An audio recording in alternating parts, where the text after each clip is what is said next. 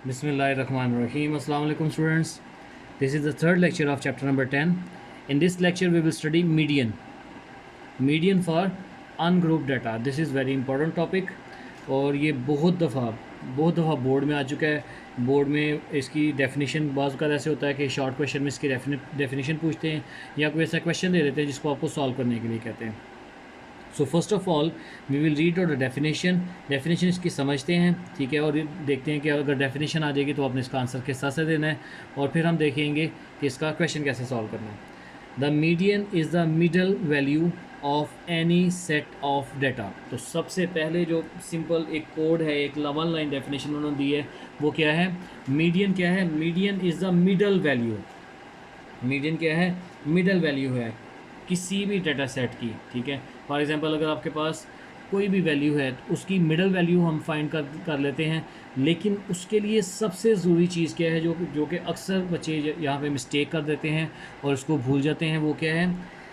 Median is the middle value of any data set. और ये है वो कंडीशन जब हम उसकी वैल्यू फाइंड आउट करते हैं. कब? Arranged in numerical order. अगर वो न्यूमेरिकल ऑर्डर में अरेंज हो जाए तो फिर, अगर वो मेडिकल ऑर्डर में अरेंज नहीं है तो फिर हमारे लिए उसकी मिडल वैल्यू, क्योंकि वो गलत भी हो सकती है, ठीक है. लेट से हमने कोई ऐसी वैल्यू बीच में रख दी हुई है जो कि ओरिजिनली मिडल वैल्यू नहीं बनती, ठीक है. तो सबसे पहले हमने क्या करना है, जो भी हमारे पास डाटा सेट है, जो भी हमारे पास सेट ऑफ डाटा है, उसको अरेंज कर लेना है इन न्यूमेरिकल ऑर्डर, असेंडिंग ऑर्डर में कर लें, छोटे से बड़ी वैल्यू में चले जाएं, ठीक है. और उसके बाद उसकी जो मिडल वैल्यू होगी वो हमने फाइंड आउट करनी है.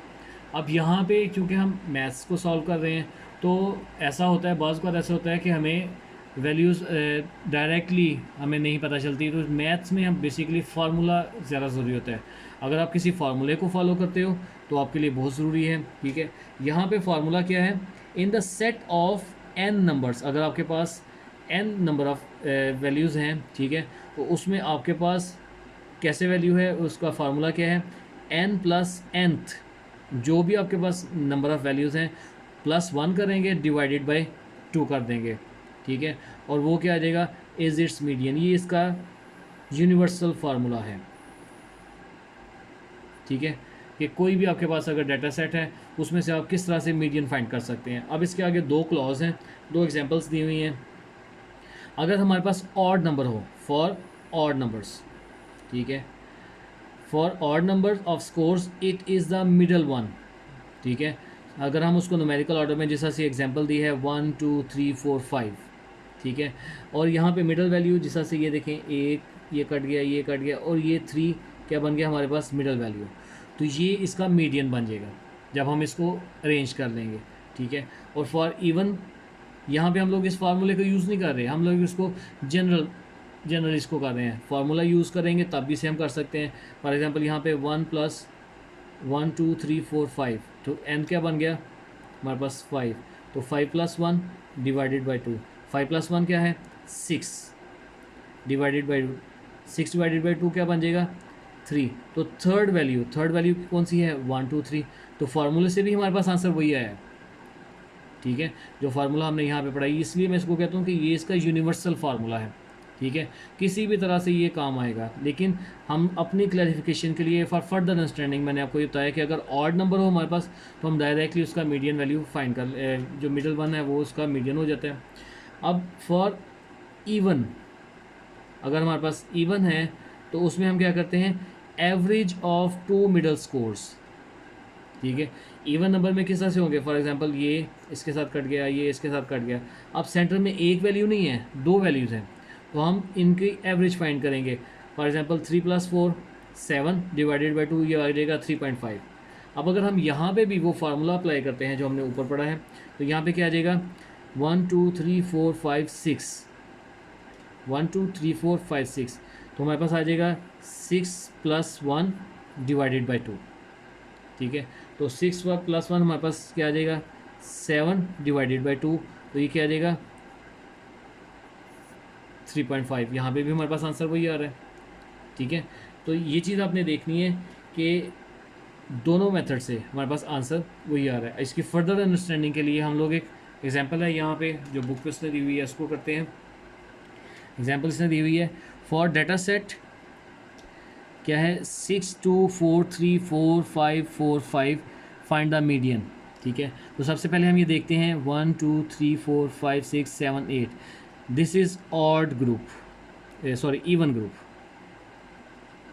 This is even group. ठीक है, तो हम ये इस फार्मूले को फर्दर आगे समझते हैं। ठीक है, तो सबसे पहले हमने क्या करना है, अरेंज कर लेना है इसको न्यूमेरिकल ऑर्डर में। तो यहाँ पे देखिएगा सबसे छोटी वैल्यू क्या है 2, 2 जस्ट 1 टाइम्स है, और इसके बाद नेक्स्ट वैल्यू है आपके पास 3, 3 भी 1 टाइम है। इसके बाद 4 है आपके पास 1 2 3 4, 3 टाइम्स है 1 2 and 3।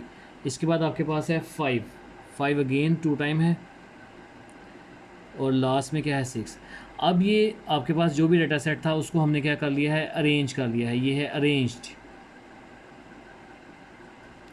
In a numerical order.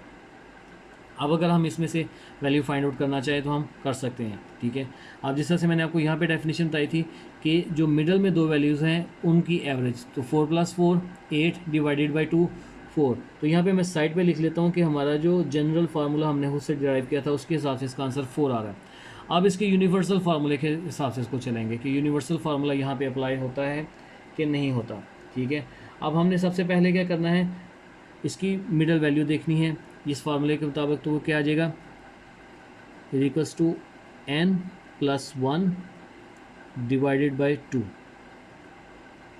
तो n क्या है 1 2 3 4 5 6 7 8, 8 + 1 9 डिवाइडेड बाई 2। तो ये हमारे पास क्या आ जाएगा 9th divided by 2, that will be 4.5 value.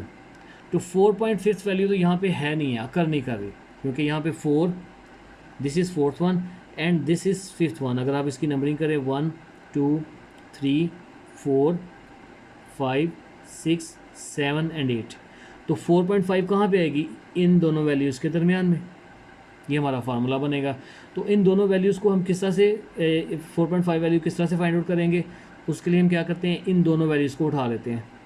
4 + 4 divided by 2, 4 + 4 divided by 2, ये आ जाएगा 8 डिवाइडेड बाई 2। तो ये क्या आ जाएगा आपके पास 8 डिवाइडेड बाई 2 4। तो इसकी हमारे पास ऑब्टेन हमने क्या कर लिया है, the median for data set is 4।